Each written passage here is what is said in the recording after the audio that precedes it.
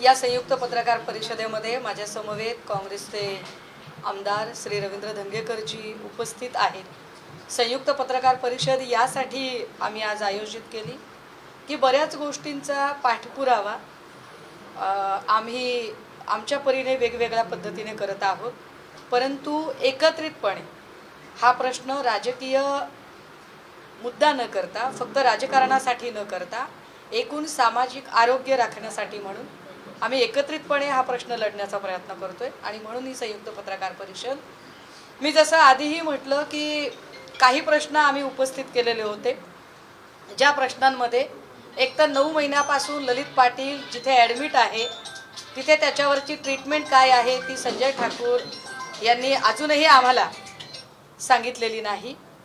ती ट्रीटमेंट आम्हाला काय नेमकी ती कळली पाहिजे, ती माहिती त्यांनी दिली पाहिजे। या पत्रकार परिषदेच्या माध्यमातून राज्याच्या गृहमंत्र्यांना आम्हाला प्रश्न विचारायचा आहे।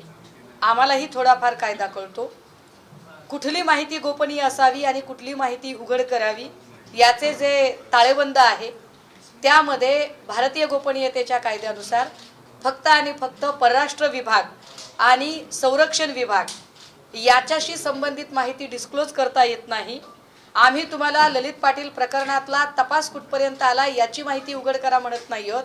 आम्ही तुम्हाला ललित पाटलांवरती उपचार काय चालू होते आणि कोणत्या डॉक्टराकरवी होते हे माहीत असलं पाहिजे, ही पहिली मागणी आम्ही केली होती। मी दादा भुसे यांचं नाव घेतलं तेव्हा बऱ्याच लोकांच्या भुवया उंचावल्या गेल्या। मी आजही ठामपणे सांगते, जर नाशिकच्या पालकमंत्र्यांना एक छोटंसं घर घ्यायचं असेल तरी सुद्धा आपल्याला अनेक परवानग्या, अनेक प्रकारची कागदपत्र जमा करावी लागतात। 200-300 कोटीचा कारखाना जिथे उभा राहतो तिथे किती इन्फ्रास्ट्रक्चर, जागा पर्चेसिंग, अनेक गोष्टी असतील। या सगळ्या गोष्टी होण्यासाठी अर्थात पोलीस प्रशासन आणि इतर प्रशासकीय संबंधित खाती हे स्मूथली मदत केल्याशिवाय ही गोष्ट शक्य होत नाही। त्यामुळे आम्ही पालकमंत्र्यांना होय ठामपणे जबाबदार धरतो आणि पालकमंत्री या सगळ्या प्रकरणात काय करत होते, त्यामुळे पालकमंत्र्यांनी खरंच या पदावर राहावे का? अर्थात भाजपच्या आक्रस्ताळ्या बायका ज्या पद्धतीने बोलतात आम्हाला ती भाषा वापरायची नाही। आम्ही आमचा मुद्दा शांतपणे आणि संयमाने पोहोचवण्याचा प्रयत्न करतोय की अशा परिस्थितीत अशा बेजबाबदार पालकमंत्र्यांना त्या पदावर राहण्याचा अधिकार आहे का? पालकमंत्री जेव्हा म्हणतात की माझी वाटेल ती चौकशी करा, किंवा मंत्री सध्याचे म्हणतात की माझी वाटेल ती चौकशी करा, स्वतः दादा भुसे म्हणतात चौकशी करा, परंतु मंत्री पदावर एखादी व्यक्ती असताना ती चौकशी निष्पक्ष होऊ शकते का? तर ती होऊ शकत नाही, कारण तुम्ही मग अनेक लोकांना, अनेक यंत्रणांना प्रभावित करू शकता। आपण मागेही पाहिलं, संजय राठोड प्रकरणामध्ये जर पूजा चव्हाण प्रकरणाची चौकशी जर पूर्ण करायची असेल तर आधी मंत्रिपदावरून माणूस पायउतार झाला पाहिजे, ही मागणी होती। आम्ही त्याच पद्धतीने म्हणतोय की दादा भुसे यांना मंत्रिपदावरून आधी बाजूला करावे लागेल आणि मग गोष्टी पुढे आणाव्या लागतील। पण याचा अर्थ फक्त दादा भुसे हे एकच नाव आहे का मध्ये? तर आम्हाला तसे अजिबात वाटत नाही। निश्चितपणे याच्यात अजून 1 ते 2 मंत्र्यांची नावे आहेत, यथावकाश तीही पुढे आणली जातील। यामध्ये आमदारांचं नाव आहे आणि यामध्ये काही संघटनात्मक राजकीय पक्षांच्या, सरकार पक्षातल्या संघटनात्मक पदाधिकाऱ्यांचा सुद्धा संबंध आहे। या लोकांच्या दुबईला कुठे पार्ट्या झाल्या, कशा पार्ट्या झाल्या, त्या पार्ट्या ललित पाटीलने कशा ऑर्गनाइज केल्या, या पार्ट्यांमध्ये इथून हे सगळे लोक दुबईला कसे गेले, याही गोष्टी यथावकाश बाहेर येतील। पण तुर्तास जर आम्हीच सगळं देणार असू तर मग गृहमंत्री काय करणार आहेत? आणि जर आम्हालाच सगळं करायचं असेल तर मग गृहमंत्र्यांनी बाजूला होऊन मग आम्ही खातं चालवायचं का ते तरी एकदा सांगावं।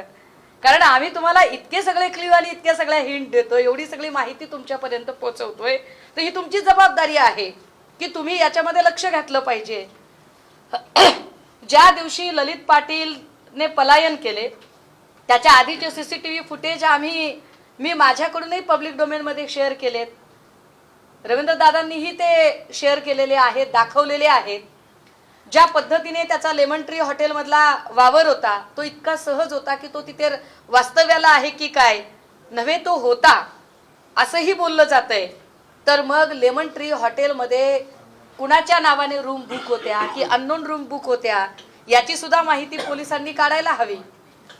जे संजय ठाकूर ज्यांच्या कारकिर्दीमध्ये ससूनच्या गेटवर 2 कोटीचा ड्रग सापडतो आणि ज्यांच्या कारकिर्दीमध्ये तब्बल 9 महिन्याची ट्रीटमेंट एका आरोपीवर पंचतारांकित व्यवस्था देत होते, अशा माणसाला त्या पदावर राहण्याचा अधिकार आहे का? ज्यांच्या मार्फत त्याने पलायन केलं, ज्या ज्या लोकांनी मदत केली, ज्या पोलिसांनी सांगितलं माझ्या हाताला झटका देऊन तो पळाला, तोच पोलीस सीसीटीव्ही फुटेजमध्ये दिसतो, याचा अर्थ त्याचा त्याच्यात संबंध होता, सगळे त्याला सामील होते. पण त्यात तिसरी महत्वाची गोष्ट येते ती म्हणजे रोजरी शाळेशी संबंधित विवेक अरेना. हा विवेक अरेना ज्याच्यावर ईडीने कारवाई केली होती, नंतर तोही उपचार घ्यायला तिथेच आला.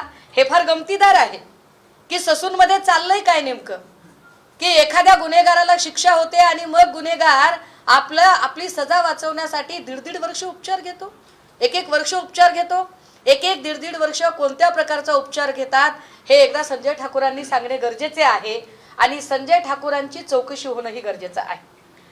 विवेक अरेनाची गाडी, त्याचा ड्रायव्हर दत्ता डोके, ज्या दत्ता डोकेने गाडीतनं ललित पाटीलला पळायला मदत केली, हा दत्ता डोके हडपसरवरून पुणे पोलिसांनी ताब्यात घेतलेला आहे. पण त्याची पुढे चौकशी काय झाली, पुढे त्याच्यामध्ये नेमकं काय काय घडलं, त्याची प्रगती काहीच होत नाही. आणि आश्चर्याची गोष्ट की यावर एकदाही गृहमंत्र्यांना बोलावंसं वाटत नाही.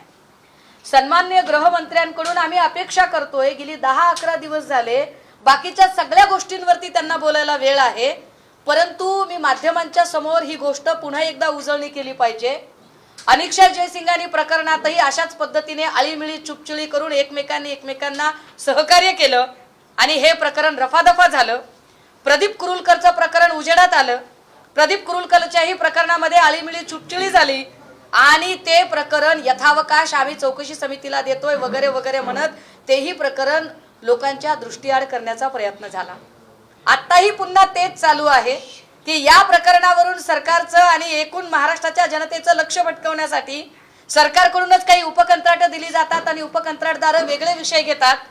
सन्माननीय मुख्यमंत्री मग उपकंत्राटदारांच्या सोबत बैठका घेतात, मात्र ड्रगच्या विषयावर ना उपमुख्यमंत्री बोलतात ना मुख्यमंत्री बोलतात. गृहमंत्र्यांनी बोलणं अपेक्षित आहे.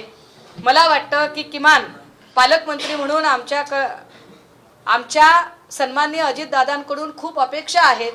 सन्माननीय अजितदादांनी तरी यामध्ये लक्ष घालावं आणि गृहमंत्र्यांना वेळ नसेल, गृहमंत्र्यांना कदाचित अजून काही वेगळे पक्ष फोडण्याची कामं असतील, तर किमान पुण्याचे पालकमंत्री म्हणून आणि पुण्याचे काळजीवाहू म्हणून, पुण्याबद्दल आपुलकी प्रेम आहे म्हणून तरी सन्माननीय अजितदादांनी या प्रकरणात लक्ष घालावं ही आमची अपेक्षा आहे त्यांच्याकडून. याच्यातला जो ड्रायव्हर होता अरेनाचा दत्ता डोके, हा दत्ता डोके असेल, संजय ठाकूर असेल, आधीचाडीन काळे असेल किंवा उपचार करणारा डॉक्टर असेल, या 4 लोकांची जरी नार्को टेस्ट करायची ठरवली आणि या 4 लोकांची नार्को टेस्ट केली तर निश्चितपणे अनेक गोष्टी उजेडात येऊ शकतात. जो फोन ललित पाटीलचा ताब्यात आहे पोलिसांच्या, हा फोन अजूनही का उघडत नाही? तो फोन उघडण्यासाठी ज्या काही तुम्हाला एजन्सीला बोलायचंय, ज्यांच्याशी बोलायचंय, आणि जसं धंगेकर दादांनी सांगितलं की जी चौकशी समिती नेमली, जर संजय ठाकूरांच्याच सोबतचा समकक्ष अधिकारी ती चौकशी समितीत असेल, त्याच खात्याशी संबंधित माणूस असेल, तर ती चौकशी निष्पक्ष होईल असे कसे काय? त्यामुळे यामध्ये एकतर ठाकूरांचे निलंबन झाले पाहिजे, ठाकूरांचे निलंबन करून त्यांना पोलिसांनी सह आरोपी करत ताब्यात घेतले पाहिजे, त्यांची नार्को टेस्ट झाली पाहिजे, दत्ता डोके या ताब्यात घेतलेल्या ड्रायव्हरची नार्को टेस्ट झाली पाहिजे, यामधले जे उपचार करणारे डॉक्टर आहेत त्यांचे निलंबन केलं गेलं पाहिजे आणि त्यांना सह आरोपी केलं गेलं पाहिजे. आणि कारण ते केल्यानंतर आम्ही जे म्हणतोय की यात काही मंत्री आणि काही आमदार आहेत, ही सगळीच नावं यथावकाश बाहेर येतील आणि ती यावीत, त्याचं क्रेडिट गृहमंत्र्यांनी घ्यावं म्हणून आम्ही गृहमंत्र्यांना आवाहन करतोय की तुम्ही थोडं तरी काम करा आणि त्याचं क्रेडिट घ्या की होय आम्ही काहीतरी शोध लावलाय. जर आम्हीच सगळं देणार असो आणि तुम्ही नुसत्यात कॉपी कॅट करणार असाल तर तुम्ही काय कारभार करताय गृहमंत्री म्हणून की सपशेल नापास होणार आहात, हे तरी एकदा स्पष्ट करा. आणि जर आता घटस्थापना होणार आहे, परवाला घटस्थापना आहे, 9 दिवस हे सणाचे आहेत. पुणे एज्युकेशनल हब तर आहेच आहे, पण पुण्यामध्ये असंख्य पब्स आहेत. या पब्समधून काय ललित पाटीलने ज्या अर्थी ससूनच्या गेटवर 2 कोटीचा ड्रग सापडला, त्या अर्थी हे ड्रग्ज त्या पबमध्ये जात होते का? ही सगळी यंत्रणा जी उभी राहिली कुण्या एकट्या दुकट्या माणसाची नाही. याला किती माणसं त्याला सामील आहेत हे शोधलं गेलं पाहिजे. महत्त्वाची गोष्ट, जर इकडे एवढा मोठा पब एरिया आहे आणि ससूनच्या गेटवर 2 कोटीचा ड्रग सापडतो, तर मग याचा डीलर कुणीतरी असेल, डिस्ट्रीब्युटर असेल, एजंट असेल. ही सगळी जी चेन आहे ती चेन शोधण्यामध्ये पोलिसांना अपयश येत आहे का? पोलिसांनी जाहीर करावं. आम्ही 9 दिवस सणाचे असल्यामुळे शांत आहोत. आम्ही 24 तारखेपर्यंतचा अल्टिमेटम देतोय. आम्ही तो पुणे प्रशासनाला देतोय, तो ससूनच्या प्रशासनाला देतोय की या 9 दिवसामध्ये काय ती कार्यवाही होऊन आम्हाला काय ती उत्तरं मिळाली पाहिजेत. अन्यथा महाविकास आघाडी म्हणून आम्ही 24 तारखेच्या नंतर रस्त्यावर उतरू आणि ससूनमध्ये संबंधित डीनला काम करू देणार नाही. डीनला सह आरोपी करणे आणि त्याची नार्को टेस्ट करणे ही आमची प्रधान मागणी असेल. आणि ती मागणी ही पुण्यातल्या नव्हे तर एकूण महाराष्ट्रातल्या तरुणाईच्या भवितव्याची आणि आरोग्याची चिंता करत आम्ही ती मागणी करत आहोत. आणि याचसाठी या पत्रकार परिषदेद्वारे हे 9 दिवसाचं अल्टिमेटम, आम्ही सगळे नावं सांगितली आहेत तुम्हाला. आम्ही तुम्हाला सांगितले कुणाकुणाची आम्हाला नार्को टेस्ट अपेक्षित आहे. दत्ता डोकेच्या सोबतचं तुम्ही आता काय काय तुमच्या चौकशा झाल्या ते त्यांना माहिती, परंतु नार्को टेस्टला ते का मागे पुढे करताहेत ह्याचं उत्तर त्यांनी दिलं पाहिजे. महत्त्वाचं म्हणजे याची चौकशी ही कुठल्या तरी स्थानिकच्या चौकशी समितीने डिपार्टमेंटल चौकशी होण्यापेक्षा याची चौकशी ही CBI चौकशी झाली पाहिजे. याची चौकशी ही केंद्रीय यंत्रणांच्या मार्फत झाली पाहिजे ही आमची अपेक्षा आहे. तर आमदार आणि मंत्र्यांची जी म्हणजे सांगताय काय जर कोण माहिती तुमच्याकडे अजूनपर्यंत काही ठोस माहिती नाही. मी म्हटलं ना की मी जर सगळं मीच करायचं असेल तर मग गृहमंत्री म्हणून काय काम करणार? त्यांनी इतके दिवसात केलं असतं ना करायचं. हा, ते का करत नाही तोच आमचा प्रश्न आहे. ते का करत नाहीत? इन्व्हेस्टिगेशनचा मेजर पार्ट आता तुम्ही दोघं करतात असं साधारणपणे चित्र आहे. चित्र असंच आहे. मग त्यांनी का करू नये? त्यांनी केलं पाहिजे. दत्ता डोके हा ज्याच्या गाडीतनं ललित पाटील पळून गेला त्या दत्ता डोकेची नार्को टेस्ट करा तुम्ही. ज्या संजय ठाकूरांनी 9 महिन्यापासून उपचार केले, तिथे दुसरा माणूस होता विवेक अऱ्हाना, ज्याला ईडीने ताब्यात घेतलेला आहे, त्याचाही उपचार तिथेच होतो.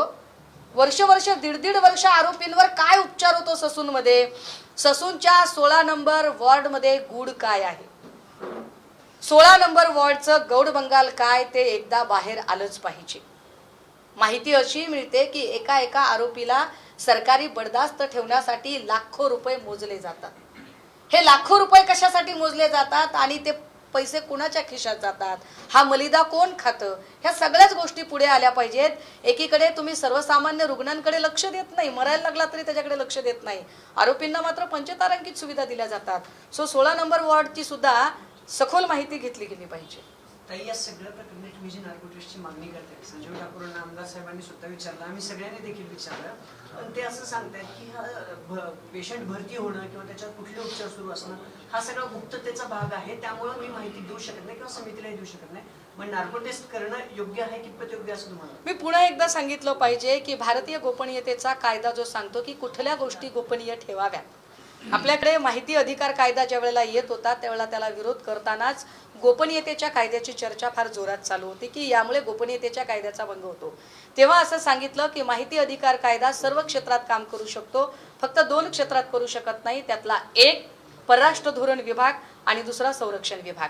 परराष्ट्र धोरण आणि संरक्षण विभाग या 2 गोष्टी जर सोडल्या तर बाकी कुठल्याही खात्याची माहिती डिस्क्लोज करताना काहीही प्रॉब्लेम असू नये. मी पुन्हा सांगते की डॉक्टर संजय ठाकूर यांना आम्ही तब्येतीबद्दल विचारतोय.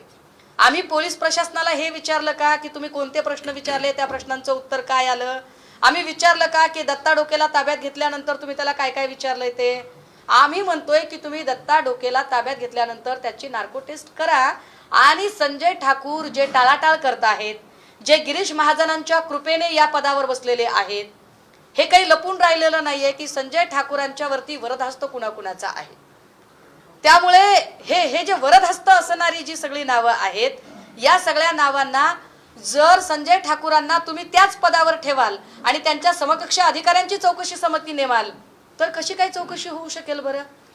समकक्ष अधिकारी त्याच्या खालच्या असणाऱ्या सगळ्या यंत्रणा आणि स्टाफला प्रभावित करणार नाही कशावरून?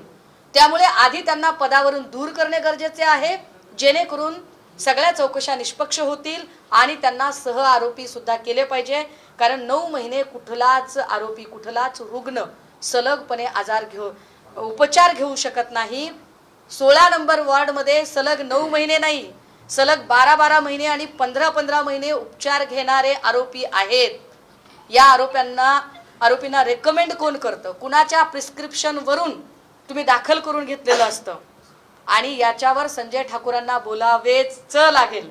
अन्यथा संजय ठाकूरजी माध्यमांच्या माध्यमातून आपल्याला सांगितले पाहिजे, आपण ज्यांना कुणाला वाचवत असाल त्यांना वाचवता वाचवता आपला पाय खोलात जाऊ नये ही विनंती असेल. आरोपी मंत्री असतील किंवा त्यामध्ये जे आरोप केलेले मंत्री असतील त्यांच्या बाबत अजून सरकारने कुठली भूमिका घेतलेली आहे? एक चौकशी समिती नेमली ती ससूनच्या सगळ्या प्रक्रियेबाबत नेमली. तुम्ही आता अजून आमदार आहेत म्हणताय, त्यामध्ये मंत्री आहेत काय म्हणताय? मी म्हणूनच म्हटलं, हे बघा संजय राठोडांना नंतर क्लीन चिट दिली की नाही? नंतर दिली क्लीन चिट. ज्यांनी आरोप केले त्यांनीच त्यांना पंक्तीला घेतलं, मांडी लावून बसले. मग तुला पोळी देऊ का, तूप देऊ का विचारणा केली, सगळं केलं की नाही त्यांनी? मला असं म्हणायचंय, अनिल देशमुख साहेबांवर आरोप झाले होते, अनिल देशमुख साहेबांनी ती चौकशी प्रभावित होऊ नये म्हणून राजीनामा दिला की नाही पदावरून? प्रॉब्लेम काय आहे? हे शक्य आहे का की नाशिकमध्ये एखादा एवढा मोठा कारखाना उभा राहतो आणि तिथल्या मंत्र्याला पत्ताच लागत नाही? मला असं वाटतं की जेव्हा तुम्ही चौकशी हा शब्द म्हणता आणि आम्ही सहर्ष स्वागत करतो, आम्ही चौकशीला सामोरे जात आहे असं जर भुसे साहेब म्हणत असतील तर भुसे साहेबांचं मी स्वागत करते, मी त्यांचं अभिनंदन करते. नाना पटोलेंनी पहिल्या दिवशी सांगितलं की या सगळ्या प्रकरणी एक आमदार आणि एक मंत्री आहेत. आमदार साहेबांनी सकाळी सांगितलं, त्याच दिवशी संध्याकाळी तुम्ही नाव डिक्लेअर केलं होतं आणि त्यानंतर जे काही झालं, मी म्हणते की एकच नाही अनेक नावं येतील याच्यामध्ये. त्या आमदारांचं आणि मंत्र्यांचं, मंत्री म्हणताय, विद्यमान मंत्री म्हणताय, विद्यमान संघटनात्मक लोक भाजपचे आमदार देखील कुठल्या पक्षाचे आमदार आहेत या सगळ्या ह्याच्यामध्ये? मी पुन्हा सांगते की सरकार पक्षातले आमदार आणि सरकार पक्षातले संघटनात्मक पदाधिकारी सुद्धा याच्यात असू शकतात, असतात. दुबईमध्ये पार्ट्या कुणाकुणाच्या झाल्या, कशा पद्धतीने झाल्या, ललित पाटील कुणाकुणाला मदत करत होता, ललित पाटील आधी कुणाकुणाचे इलेक्शन कॅम्पेन चालवत होता, इलेक्शन कॅम्पेन चालवताना ते भाजप आमदारांचंच इलेक्शन कॅम्पेन होतं का, ते नाशिकमधल्या आमदारांचं इलेक्शन कॅम्पेनचं काम त्याने केलं होतं का? कितीतरी गोष्टी आहेत ना.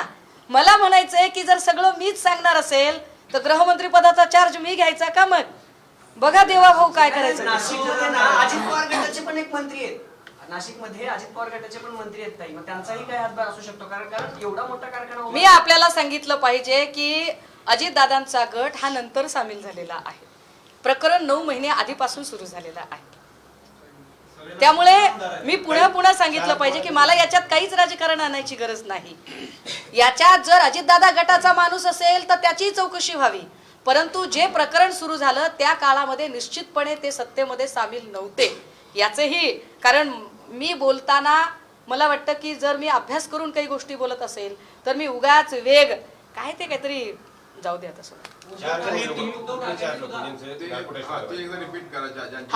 मला ज्या लोकांची नार्को टेस्ट अपेक्षित आहे, डीन संजय ठाकूर यांना सह आरोपी करावे, त्यांचे पहिल्यांदा तर त्यांचे निलंबन व्हावे, निलंबन करून त्यांना सह आरोपी करावे आणि ललित ठाकूरला गेले 9 महिने किंवा काय 10-15 महिने जे काही होतं, हा जो उपचार चालू होता हा कोणत्या प्रकारचा उपचार होता, कोणी रेकमेंडेशन केलं होतं, कोणी व्हिडिओ कॉल केला, व्हॉइस कॉल केला, फेस टाईम केला, जे काही केलं जे असेल ते कारण हे स्वाभाविक आहे की मंत्रिपदावरची व्यक्ती, आमदार व्यक्ती काही स्वतःच्या फोनवरून बोलणार नाही, पण ती बोलताना ससूनच्या लँडलाईनला बोलेल किंवा ससूनच्या जो काही ऑथेंटिक आहे त्याच्या मोबाईलला नक्की बोलेल. सो त्यांना बोलताना त्यांच्या नार्को टेस्ट होणं गरजेचं आहे. दुसरं असं त्याला पळून जाण्यासाठी मदत करणारा रोजरी शाळेशी संबंध असणारा विवेक अरहना, ज्याला ईडीने ताब्यात घेतलं होतं आणि तोही आरोपी उपचार घेतोय ससूनमध्ये, त्याचा ड्रायव्हर दत्ता डोके, ज्याला ताब्यात घेतलं हडपसरमधून, या दत्ता डोकेची सुद्धा नार्को टेस्ट झाली पाहिजे. त्याचा भाऊ भूषण पाटीलची नार्को टेस्ट झाली पाहिजे. आणि उपचार करणारा डॉक्टर, काय त्याने डे टू डे उपचार केला, त्याची लाईन ऑफ ट्रीटमेंट काय होती, त्याला ओबेसिटीचा आजार होता का, ओबेसिटीचं ऑपरेशन 9-10 महिने चालतं का, केमोथेरपीमध्ये पण नाही एवढं लागत वेळ, मग त्याला काय अँजिओप्लास्टी अँजिओग्राफी पण 9 महिने वेळच लागत नाही. विवेक अरहना, विनय अरहना सॉरी. ताई, तुम्ही आता गिरीश महाजनांचं नाव घेतलं. गिरीश महाजन आणि ललित पाटील पण संबंधित होते का, असं काही? नाही. मी असं म्हटलं की संजय ठाकूर यांना गिरीश महाजनांचा वरदहस्त आहे मी समजू शकते, असं माझं वाक्य होतं. मला तुम्ही ते 3 वेळा 4 वेळा विचारलं तरी मी ते वाक्य जशाच तसं तुम्हाला उच्चारून सांगू शकते. महाजन पण नाशिकला पालकमंत्री होते, ललित पाटील पण तिकडचं आहे. शोधलं पाहिजे, शोधणं काम गृहमंत्र्यांचं आहे. आम्ही गृहमंत्र्यांना एवढं सगळं दाखवतो. काय संबंध आहे गिरीश महाजनांचा? माझ्याकडे आत्ताच एक व्यक्ती येऊन गेली, ते बिचारे कॅमेरा समोर यायला तयार नव्हते. आत्ता जस्ट अर्ध्या तासापूर्वी पुण्यामध्ये राहणारी एक व्यक्ती माझ्याकडे येऊन गेली, ज्या व्यक्तीची पत्नी 3 वर्ष झालं गायब आहे, ज्या व्यक्तीला संजय ठाकूरने 45 दिवसांच्यासाठी शॉक ट्रीटमेंट देत त्याला वेडं ठरवण्याचा प्रयत्न केला, जी व्यक्ती आत्ताही मला सांगत होती की ताई आम्हाला, म्हणजे मला वाटतंय संजय ठाकूरांची पत्नी आणि या माणसाची पत्नी यांचे काहीतरी नातं आहे, आणि तोही सांगत होता की या सगळ्या प्रकरणात गिरीश महाजनांनी काय पद्धतीने दबाव आणला आणि मला कुठेच राहू दिलं नाही, त्याचं अख्खं घर उद्ध्वस्त झालं.